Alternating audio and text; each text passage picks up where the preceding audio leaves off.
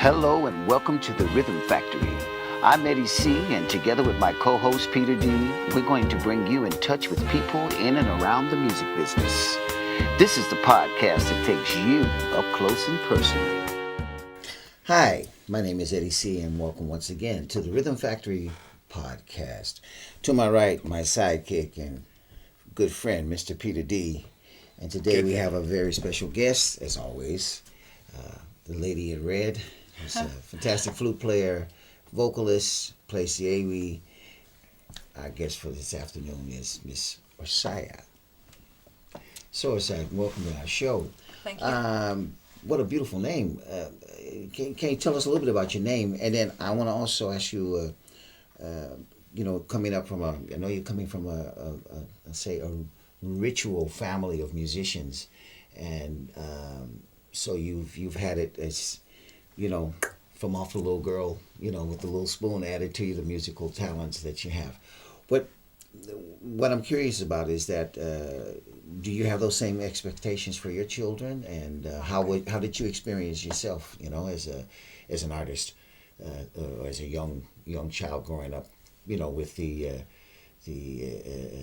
willpower to want to become a professional artist like you have become now? Yeah. Okay. The first question is, my name is Orsaya. It's my artist name, and my friends used to call me like this. And I have an Hungarian mother, so it's original. My name is Orsaya. It's an Hungarian name, but no one can pronounce this in Holland because it's the sounds are very different from the Holland sounds. So the Dutch sounds. So this is why it's how it's come Orsaya. And you were saying you were mentioning to me earlier that before we started the interview that you say because you're quite tall. I'm tall. Yes, I'm tall. Yes, my mother is 160 and my father is 195. So this is why. Okay. And I am 179. So. Wow. Yeah. A woman to look up to. Yeah, I'm a woman. In my case.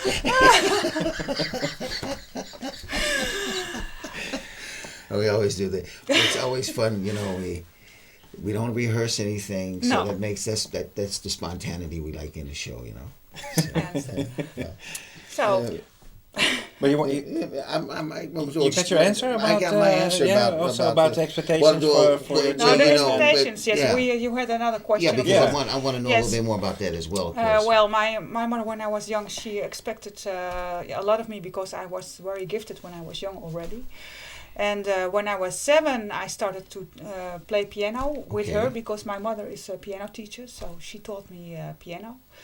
And when I was 9 years old, I had to choose a second instrument, the flute. Okay. I could choose which instrument, only not the violin.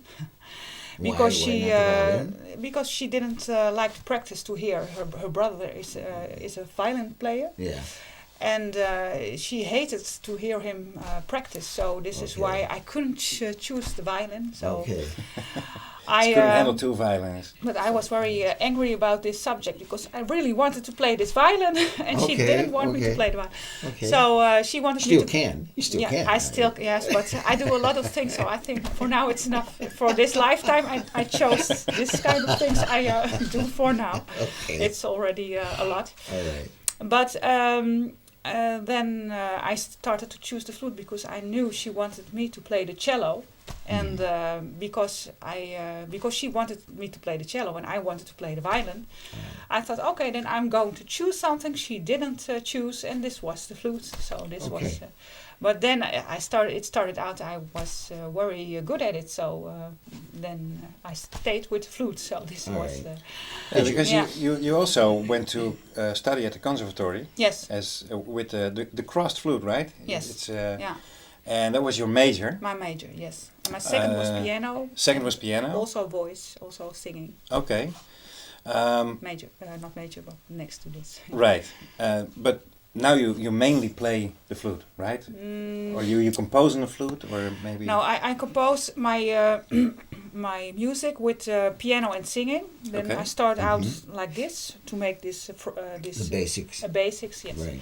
Okay. And then I do the voice with flute for composing. So this is the new style I've created. for writing your melodies and Yes, and your yes. and you write your own lyrics as well. Also, yes. Okay. My lyrics as well. But getting back to my first question. Yes. About children. how is it with your kids? Is that the same? Do you have pretty much do you have a lot of expectations from them because you have a family tradition of musicians now, and is that Yes. you have to be a musician as well?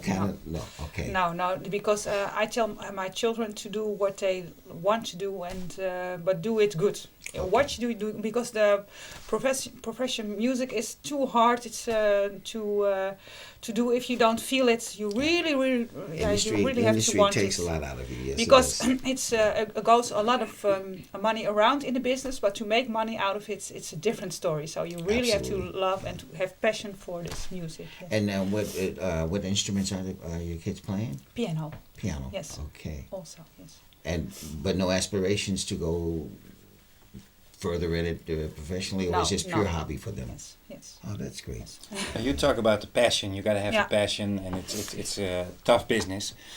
But I also hear in your story that your mother wanted you to play the cello or the cello. Yes, cello. Yes. There was a lot of expectations in your childhood. Yes. What about those expectations and your passion? I mean, well, when I was 14 years old, I was a bit tired of everything because when you're young and you're good at something, then you placed like here, and other people think, oh, that's great, but I felt like this. It's not. So I thought perhaps I'm going to do something else. But before I could think about this, I was already in the conservatorium from Amsterdam because they asked me, could you play there? So I played, and then I was there. So without thinking, so I was 17. Did those expectations sometimes interfere with your passion for the music, or? Yeah, so this is an interesting question because I studied classic music, and but I always had a passion for jazz, fusion, this kind of. So if I would start out now to be young and study, then I would choose I think jazz music to study. Yes. Okay. But now I'm writing fusion, so it's. All right. So you okay. You know. I know you have this. Like you say, going back to your classical background, and you've got a couple of your CDs here. Yes. You're busy with a new CD, which is coming out. Yes. In a couple of weeks or something. The cover. I've written a new song. It's called No Regrets, and Okay. With it comes a new album with 11 tracks. And is that the title of the CD as well? No, it's Songs from the Heart. Songs from the Heart. Right. Okay, all right. Yeah. So that's important for our listeners if they want to. Songs from the Heart. Yes. To find to find you and get your music. But getting back to your classical background one more time, there is I've listened to some of your music. There's a lot of Latin influence in there, and I know you're working with the very fine producer Glenn Gladden. Yes. Yeah, very good musician as well, and I know his Latin. He has a lot of South American influence in his style of producing and his music. But is there a sort of way that you're going to? Because I know I've listened to the music, but what I hear is a lot of the Latin influence. Yes. Sometimes I miss the classical influence that you. There's no classic influence in this music. Yes. And I was wondering, do you plan on in the future like creating these classical roots, which are from off the moment you were put the instrument in your hand, and from your bloodline, your Hungarian classical roots. Do you plan on doing something with that in the future, in your future projects? Because that must be quite unique if you can, with the flute, with the Hungarian background, and of course your Dutch background as well, to create this kind of a special sound. I don't know if you have any aspirations for that or not. Actually, I've written a track, and it's called Peace, and it's contemporary classic music. Mm-hmm. And this is the 11th bonus track on my CD. So perhaps people like this one. I heard about good things about it, but I'm not planning to do classic. I really want to stay where I'm at this Contemporary. moment. No, and I'm this jazz fusion. Jazz pop, fusion. yes. Yeah, well, it's more contemporary. Well, I consider it more contemporary. Okay, yes, contemporary of course, because yes. because of the vocal material. vocals, yes. The vocals kind of make it a Close bit harmony. close harmony, and kind of a more of a poppy sound, poppy yes. generated with a Latin twist, I guess you could say. You know, so that's okay. I was curious about that because I know that you have this classical background, and I was Yes. wondering. I said, hey, would have been nice, but. Yeah, but Maybe- I want to work on frequencies to do music at 432 hertz. Mhm. This is a kind of hertz, and this is a spiritual thing. And this they say, I've read about this a lot, and they say this vibe, this going to your gut feeling to it brings creates- up your gut feeling. Yes, this is what it does. Stimulates your emotions. So yes, so this is what I want to do, and usually I something comes to me and I start writing. So I usually don't know exactly which kind of track it's going to be. For example, my newest track, No Regrets. I thought I was going to write a dance track, but it was kind of now I think soul R&B. It's just easy it's listening. Nice way of writing. Yeah. It's pretty open. So and, I write what comes to me and how it comes. So okay. yes, But it's I have good, no that's saying good. about this. you also have focus on the new CD. You're singing. Yes. Yeah. Yeah. Okay. This So is it's not only instrumental. instrumental singing and writing music. This is my ambition and my focus because I can do, of course, a lot of different things. And but beside this, I let myself hire in to play flute or AV or piano somewhere where this is my work. Yeah. And my passion is my writing. All right. Yeah, but you know, you're quite busy doing all kinds of projects. Yes.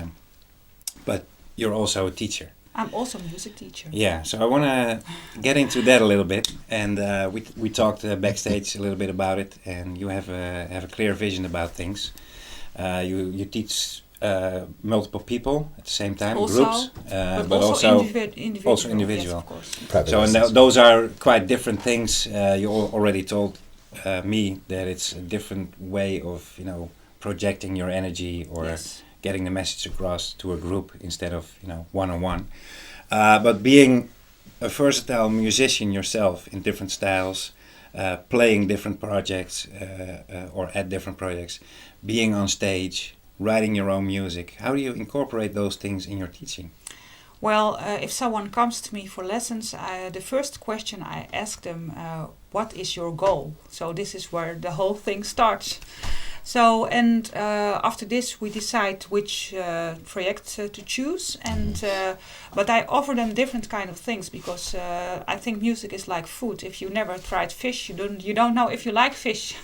So if you've never heard or played jazz, you don't know if you like jazz, and perhaps you think, oh, but jazz is nice in pop. Like me, I try to fusion everything. So this is how I teach people.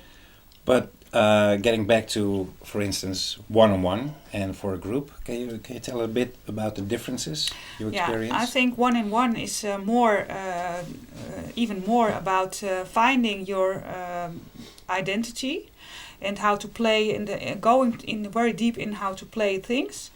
And group is more general. So what is music? What is rhythm? What is singing? And how can we play harmonies like this? So this is a different kind of way to teach. And so you have to have different goals. You can't ask someone if it's in a group for example, if I have someone alone, I learn 12 pieces a year, and in a group this will be 2 pieces a year, for example. Right. Yeah, it's a very different goal here. Yeah, Go ahead. but it's the part of playing live and your experience as a composer actually. Is that stuff that you also bring on the table for students, like how to perform or how to handle a music piece? Or Yes, I always try people to be yourself everywhere you go. I bring myself. I don't pretend to be someone else because this is the best way to stay Stay grounded. Yes, I think. And I try to bring my students for example, this weekend I was asked to play on the International Women's Day in Amsterdam. And I had this group of 5 children, 8 years old, and they can play 6 pieces. So I brought them also on the stage, and this is for them also a very good experience. So these kind of things I try to to give them also this experience of experiencing the stage. Right. We always ask our guests if they've ever been in an awkward moment during their career. Most musicians have been in a lot of awkward moments. So do you have one you'd like to share with our audience? Yes. Well, I think one of them is nice. 2 years ago, I went to Florence to play with a singer, an opera singer, and we were as musicians and for a very wealthy family. And so first we had to play at the pool with a party. This was live. But later on the evening we went to, there was some firework, and we were asked to play with 2 violins and me as a flute player to play back.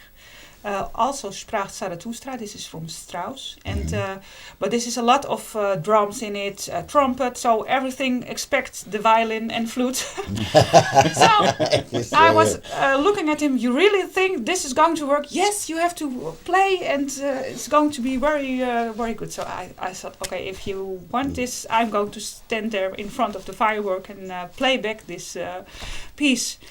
But the funniest thing was afterwards, perhaps the people have drunk also a bit, so they didn't notice if it was playback or real. Okay. But they come to congratulate me with my playing. Oh, it was a great performance! What great player you are! And I was looking like, what is happening here? So, and the violin players were looking at me. What is going on here? So we were laughing about this. But the most funniest thing is we had to go afterwards to another place. Right. Where the party was going on, the after party. Right. And but we had a drum player who is this MIDI drum. This is different from the. This is electronic. So, but he played real because we had to play live there. And but someone ticked him on his shoulder, and he was saying, it's nice you're waving with your sticks, but you're not playing for real. You're doing playback." So they didn't. But he was very angry about the subject. Can imagine. So this was the most awkward situation. I think was a bit funny too. Well, we want to thank you for being on the show. Your album is called Songs from the Heart. Yes. Songs from the Heart, and of course, if you want to find out any other information about Orsaya, please go to our webpage. That's the Rhythm Factory podcast, video podcast, and on Facebook. You can also write us at the Rhythm Factory Podcast at gmail.com if you have questions, want to even come on our show, sponsors if necessary, which would be nice as well. You can also find the link to Orsaya's webpage so you can get all his lovely music, and we'll leave you today with some wise words. Whatever you do with your music, let it come from the heart. Thanks, and see you next week on the Rhythm Factory podcast. Ciao.